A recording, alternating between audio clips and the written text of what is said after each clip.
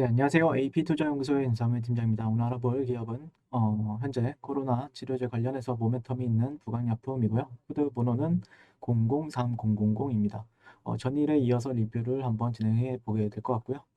오늘 좀 장중에 장 초반 좀 슈팅이 나와주는 흐름을 보여줬고 21선 정도의 지지를 테스트를 잘 했었는데 좀 장 초반에 강했던 거 오늘 좀 장중에 한 10%까지 상승을 해주다가 조금 다시 좀 저항을 받고 빠지는 형태거든요.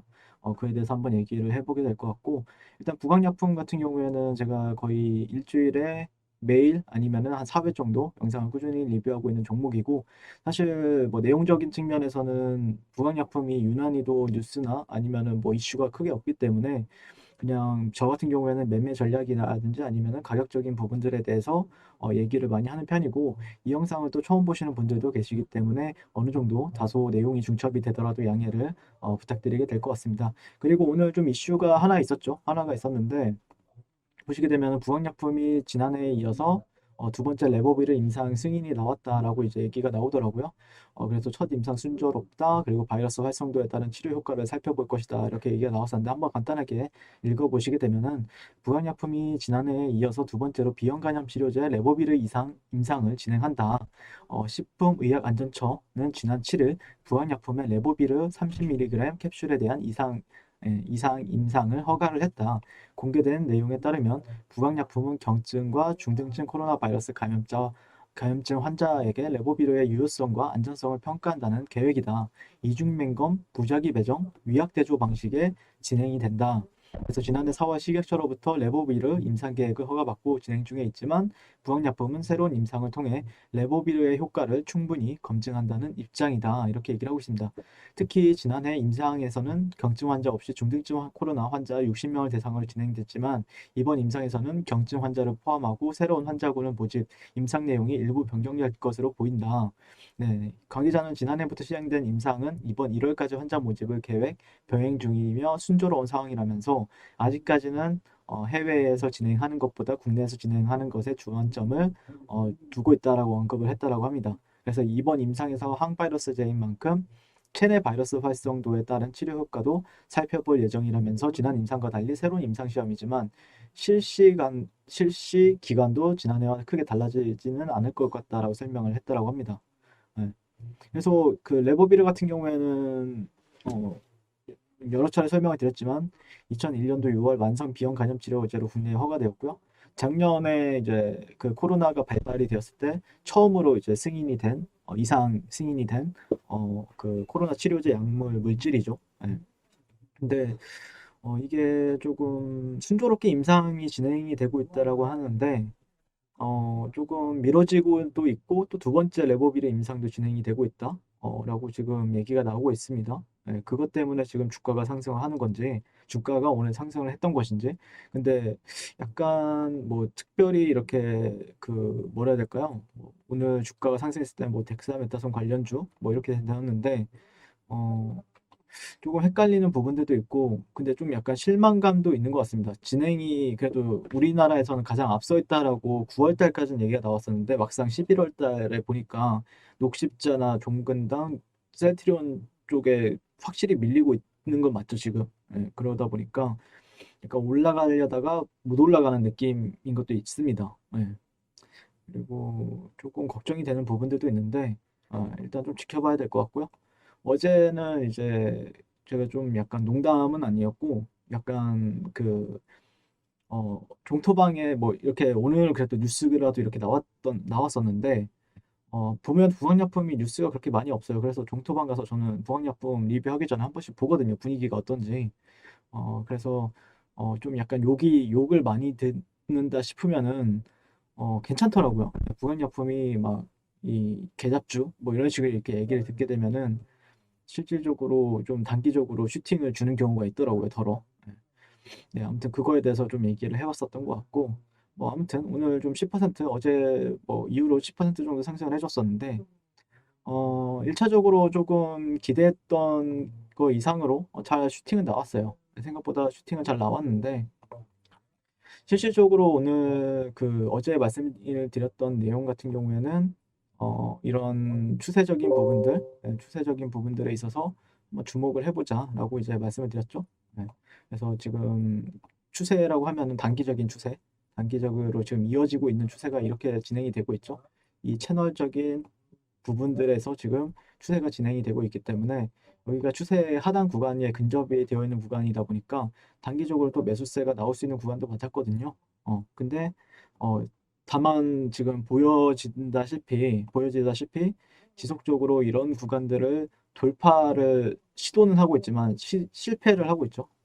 실패를 하고 있고 아직까지 이런 구간들은 지지를 잘 받아주고 있는 형태인데 예시를 들어서 가장 좋은 그래도 좀 긍정적으로 본다라고 하면은 아무래도 이런 구간들을 좀 지켜주고 올라가는 게 가장 이쁜 그림이겠죠. 그나마. 예, 그나마 이쁜 그림이고 가장 안 좋은 시나리오를 이제 설명을 드리게 되면은 이런 구간들을 이탈하게 됐을 때는 단기적으로 하락폭이 나올 수 있다라는 관점으로 현재 바라보고 있는 시점입니다.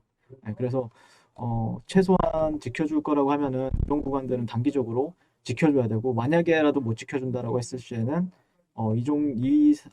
이게 이제 첫 번째 하락이었죠.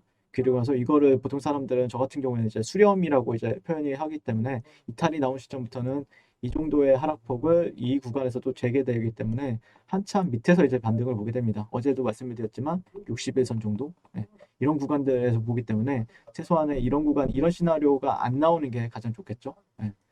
이런 식으로 가는 게 가장 좋은 그림이다라고 볼 수 있을 것 같고 뭐 그거 외에는 뭐 특별하게 뭐 분석할 내용이 그렇게 많지는 않은데 뭐 어쨌든 주가가 조금 많이 하락을 했지만 또 지켜줄 만한 구간들도 아직까지는 지켜주는 형태이기 때문에 만약에라도 여러분들 어떻게 대응할 건지 모르겠지만 기본적으로 이런 종목에 있어서 쫓아가서 매매하는 거는 뭐 어떤 사람들은 여기가 이제 장중에는 이게 양봉으로 이제 발생이 되잖아요.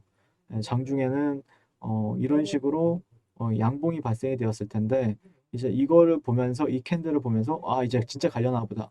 내가 볼 때는 이렇게 하락을 했고 첫 번째 바닥은 나왔고 이거 또 두 번째 바닥이 또 나왔기 때문에 바로 즉각적으로 쏘는 거 아니야라고 해서 이제 추격 매수하는 경우도 굉장히 많은데 네, 종가가 굉장히 중요한 시점입니다, 지금.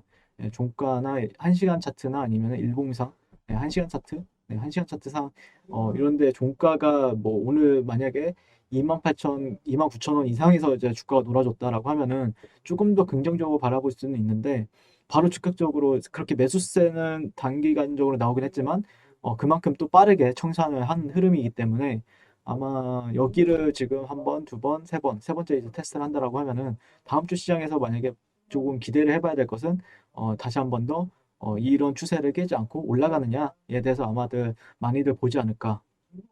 네, 이런 식으로. 근데 시나리오는 지금 1번 지켜주는 선에서는 1번이 우세합니다. 근데 지켜주지 못했을 때는 바로 2번 시나리오로 갈아타야 됩니다, 여러분들. 2번 시나리오로 갈아타야 되기 때문에 이 종목 같은 경우에 지금 수급적인 요인들도 어떻게 보면은 정말 삼성전자가 오늘 7% 상승하고 있고 현대차가 장중에 한 20 몇 %까지 올라갔었는데 수급적인 요인들이 약간 제약주들보다는 약간 그런 IT주들, IT나 아니면 기술주들로 위주로 지금 순환매가 돌고 있기 때문에 그렇다고 해서 뭐 제약바이오가 죽는 건 아니죠. 죽는 건 아닌데 아무튼 다음 주에는 수급이 조금 제약바이오 쪽으로 들어오는지 JP모건 헬스케어 컨퍼런스도 있죠. 근데 부강약품이 참여하는 건 아니지만 어쨌든 좀 긍정적으로 이제 나오기 위해서는 그런 흐름이 좀 필요하겠죠. 지금 시점에서는요. 네. 그래서 뭐 부강약품 같은 경우에는 특별히 아직까지 추세는 유지는 하고 있다. 추세가 깨졌을 때는 조금 힘들어질 수도 있어요. 개인적으로는 힘들어질 수도 있기 때문에 예전부터 말씀을 드렸죠. 기왕이면 저점 아니면 저점을 잡는 거 아니면은 쫓아서 들어가게 되면은 힘들 수 있다. 이런 게 지금 이 종목의 지금 특징이죠. 왜냐면은 추세가 긴가민가 하다 보니까. 그리고 올라갈 거라고 하면은 최소한의 지금 이 노란 선 있죠. 21선은 지켜주고 올라가는 게 가장 이뻐요. 근데 만약에 그러지 못했을 때는 조금 패닉셀이 나올 수 있죠. 단기적. 좀 힘들게 갈 수가 있다는 거죠. 상승을 해줬고 보시게 되면은 상승을 해줬고 그 다음에 조정을 줬고 그 다음에 반등을 줬는데 여기를 이탈한다 그러면은 최소한의 여기에서 박스권을 형성한다든지 이탈하게 된다라고 하면 61선에서 또 반등을 보기 때문에 또 시간이 오래 걸리게 됩니다. 이런 식으로 이런 식으로 가기 때문에 시간이 단축을 하기 위해서는 최소한의 21선 정도는 지지를 해주면서 즉각적인 양봉이 필요한 시점은 맞습니다. 네, 그런 부분을 한번 참고하시면 될 것 같고 주봉 같은 경우에는 글쎄요. 주봉은 뭐 무난하죠. 아직까지는. 네, 아직까지는 무난하기 때문에 아마 다음 주 월요일 시장에서 만약에 21선을 이탈하는 흐름을 보여준다라고 하거나 아니면 아까 보여드렸던 이런 트렌드를 이탈하는 움직임을 보여준다라고 하면 조금 힘들게 갈 수 있는 거고 지켜주는 선에서는 좀 기대해 볼 만한 요소들은 분명히 있다라고 생각을 합니다. 네. 부강약품 어쨌든 네, 이 정도로 분석하는 게 맞지 않을까. 물론 뭐 모멘텀에 있어서 여러분들이 아시는 것도 있을 거고 제가 모르는 것도 있겠지만 그냥 기술적인 요인들 그냥 차트 관점에서는 그냥 이 정도로 바라보는 게 맞지 않을까 싶습니다. 네, 감사합니다. 네, 그리고 무료 추천 종목을 매일매일 드리고 있습니다. 네이버에서요. AP투자연구소를 검색하시고 웹사이트 상단에 AP투자연구소 홈페이지로 갈 수 있는 링크가 나옵니다.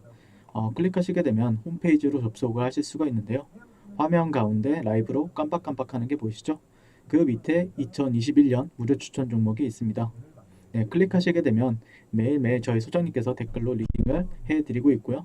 21년 첫 거래일이죠, 오늘. 계속해서 매일매일 추천 도와드릴 예정입니다. 자, 오늘의 추천 종목의 동향을 한번 살펴보도록 할 것 같고요. 7시 27분부터 댓글 리딩에 들어가신 걸 볼 수가 있고요. 간밤에 있었던 주말에 있었던 미증시에 대한 설명부터 상승과 하락에 대한 이유까지 댓글로서 리딩을 도와드리고 있습니다. 그 이후에 9시가 되면 추천 종목이 나가게 되는데요. 오늘은 첫 거래일이라 10시에 추천이 나갔습니다. 그래서 종목명, 매수가, 1차 목표가, 손절가가 함께 제시가 되고요. 오늘 같은 경우에는 디지털 옵틱이란 종목이 현재가 1,100원 기준 매수, 1차 목표가 1,130원, 손절가 1,030원으로 대응합니다. 라고 이렇게 목표가와 손절가가 같이 제시가 됩니다. 지금 이 무료 추천 종목에 그랬을 때 이제 주가가 상승하게 되어 목표가에 도달했을 때는 목표가에 도달했다고 댓글로서 리딩을 도와드리고 있고요. 하락하면 하락하게 되었다고 손절에 대한 리딩도 함께 해드리고 있습니다. 지금 이 무료 추천 종목은 로그인을 하지 않아도 누구나 다 볼 수 있는 공개되어 있는 댓글 리딩이기 때문에 홈페이지에 오셔서 종목이 필요하신 분들은 많은 도움 받아가시면 좋겠습니다. 감사합니다.